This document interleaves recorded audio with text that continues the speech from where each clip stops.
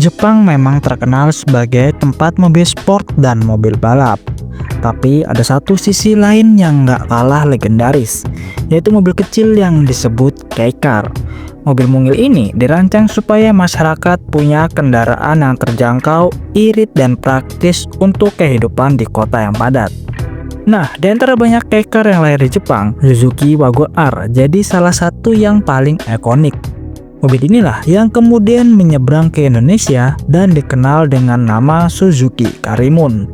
Nah, di video kali ini saya akan membahas Suzuki Karimun generasi pertama atau yang biasa disebut dengan Karimun kotak. Oke, tanpa berlama-lama, langsung aja kita bahas videonya.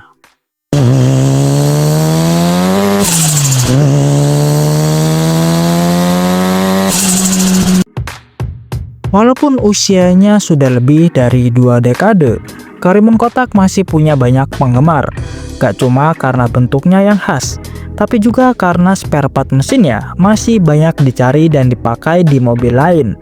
Bahkan kalau dibandingkan dengan LCGC modern atau generasi Karimun paling baru, si kotak kecil ini masih unggul di beberapa aspek.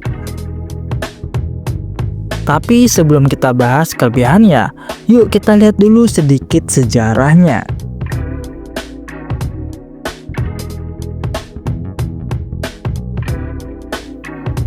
Suzuki Karimun pertama kali muncul di Indonesia pada tahun 1989 lewat Indomobil Group secara diam-diam untuk uji pasar, dan baru resmi diperkenalkan setahun kemudian di tahun 1999.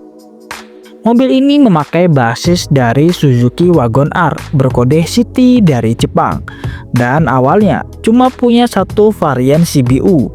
Baru di tahun 2003 hadir dengan 2 trim, DX dan GX, yang dibedakan dari aksesoris seperti grill, fog lamp, dan wiper belakang. Selama masa hidupnya, mobil ini sempat mendapat 2 kali facelift pada tahun 2003 dan 2004, sebelum akhirnya berhenti diproduksi pada tahun 2006 dan digantikan oleh Karimun Estilo. Nah, di sini banyak penggemar merasa Estilo justru agak menurun kualitasnya karena basisnya bukan dari Jepang lagi, melainkan dari Maruti Suzuki India, tepatnya dari Maruti Zen Estilo.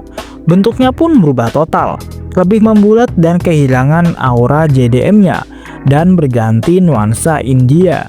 Estilo masih pakai mesin F10A, tapi setelah facelift 2009, mesinnya berganti ke K10B DOHC 3 silinder. Lalu di tahun 2013 lahirlah Karimun Wagon R, alias generasi ketiga yang masuk ke program LCGC atau Low Cost Grand Car. Mesinnya masih pakai K10B dengan varian GA, GL, dan GS. Tapi produksinya berakhir pada tahun 2021 dan digantikan oleh Suzuki Espresso. Menariknya, dari semua generasi, tetap Karimun kotak yang paling disukai, dan inilah alasan kenapa Suzuki Karimun tetap jadi idaman.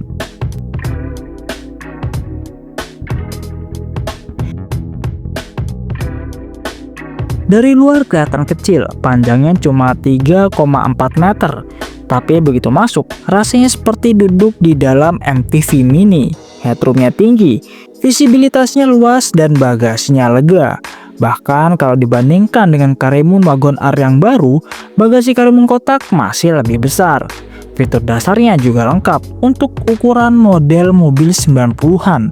AC lengkap dengan heater dan mode Eco, power window, central lock, dan bahkan masih ada asbak klasiknya. Jok tengah bisa dilipat menjadi 50-50, bikin mobil ini jadi multifungsi buat bawa barang yang besar, dari galon sampai tanaman hias.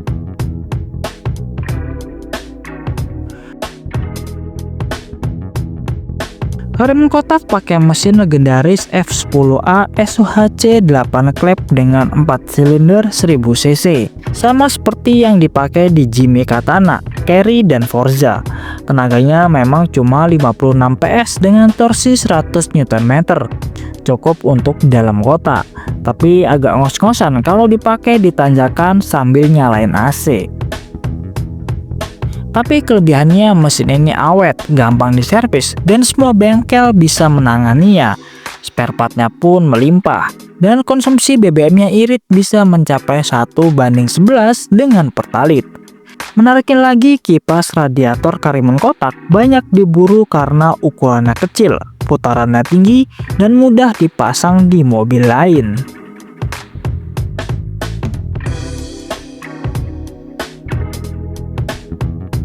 Meskipun mobil tua, suspensinya empuk dan joknya nyaman. Sudah pakai power steering, dan fun fact-nya Karimun kotak adalah salah satu mobil pertama di Indonesia yang pakai EPS atau Electric Power Steering.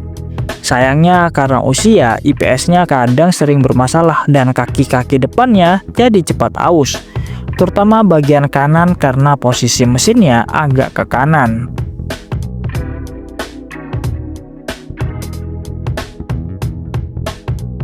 Sejak zaman dulu, harga Karimun kotak tergolong stabil dan jarang anjlok.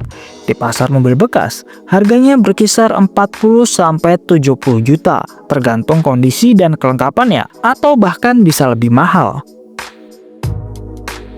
Perawatannya yang mudah membuat mobil ini menjadi pilihan utama bagi pembeli mobil pemula atau kolektor yang ingin nostalgia.